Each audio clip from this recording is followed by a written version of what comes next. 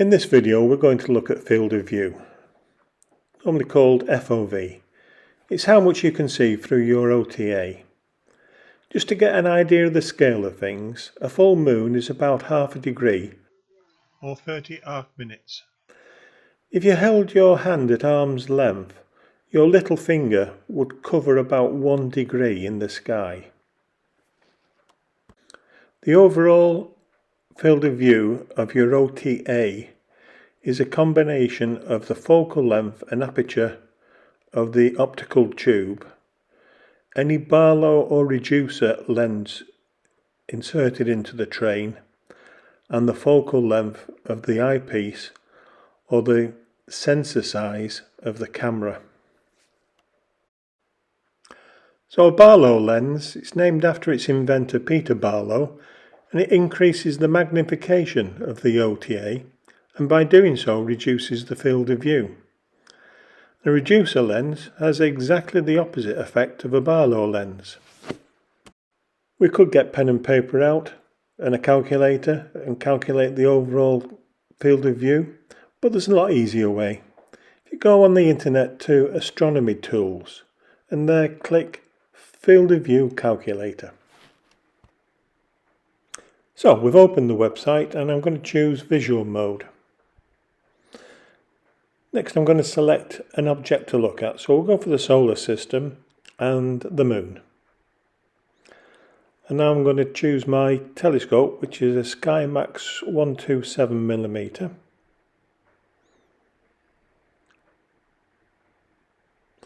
And as soon as I put that in, you can see that it's populated the focal length and aperture of that particular OTA. The eyepiece I'm going to choose is standard 10mm, and again it's identified its focal length and its particular field of view. So you can see that overall the field of view of this combination is 0.39 degrees. And I click on Add to View and you can see what sort of field of view you would get with that combination looking at the moon. I'm now going to alter it. I'm going to add a by 2 Barlow,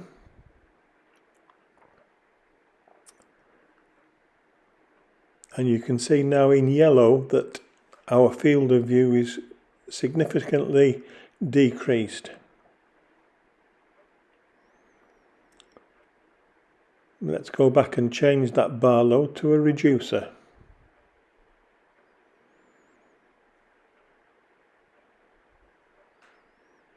The field of view is now 0.69 of a degree, and as you can see that combination will give us the full moon.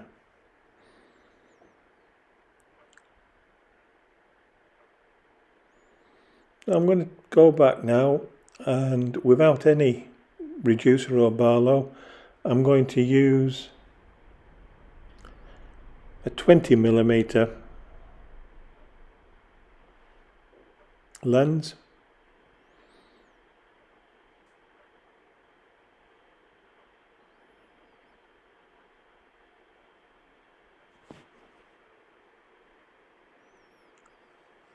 and now you can see that with that lens we're getting about half the moon.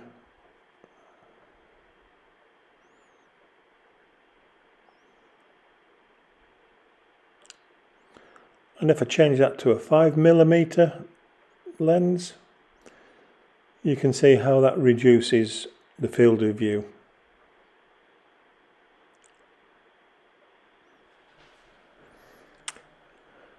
Let's just go and change the target, and we'll look under the Messier table, and we'll go down the list and we'll look for the Andromeda Galaxy at M31.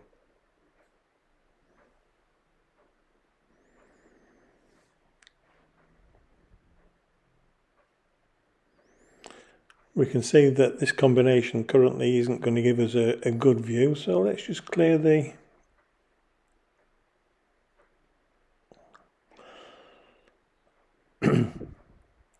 and I'll go for a 10mm eyepiece. and a reducer of 0.33. And that's reasonable. It's not an ideal view of the galaxy.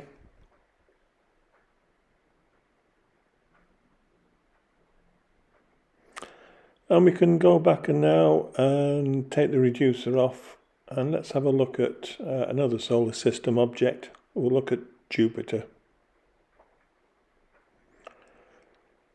And when we look down there, we can see Jupiter with this combination is just appearing as a dot. So let's go for a Barlow of ×2. We'll just clear the previous combination. There you can see with that particular combination a reasonable view of Jupiter. I'll just refresh the page, and this time we're going to imaging mode. We'll go back and find the Andromeda Galaxy and the same telescope, which is a SkyMax 127. And this time I'm going to add my camera, which is an old Canon 1000D, and you can see that as soon as I do that, it adds the resolution and pixel size in from its database. We can see how that would look, and again, it's not the best of pictures. It would just be a big white blob. So I'm going to add a reducer and add that. We'll take away the first image, and there you can see a reasonable match to get a decent image of Andromeda Galaxy. We can also use the planetarium software. So this is Stellarium. So in the top right hand corner you can see ocular view and also the sensor view, which is the same as camera. So let's press F3 to bring up the search window, and we'll go for the Andromeda Galaxy. And with the ocular view we can scroll through different sorts of telescopes and combinations and see what they would look like.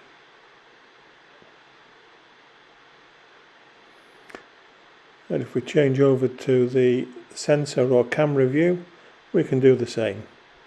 We hit the settings icon.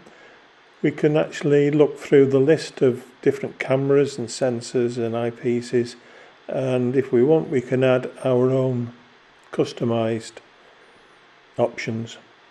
As far as I'm aware, Cartesill isn't as flexible.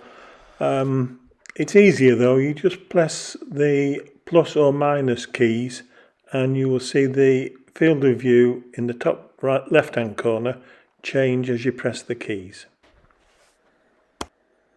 However, Telescope here is more feature rich. Click on the toolbox and Telescope Simulator. There you'll see you can use astrophotography, eyepiece or binocular settings. And along the left hand side you can choose and select and alter or add or remove the various combinations of your OTA.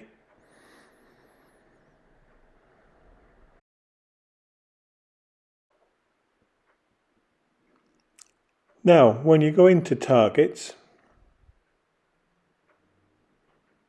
and I'm going to select here M51.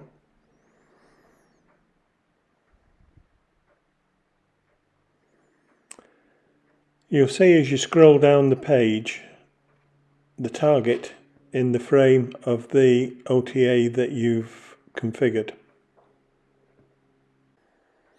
We can now add to our challenges, choosing the right OTA for our telescope, taking into account its field of view.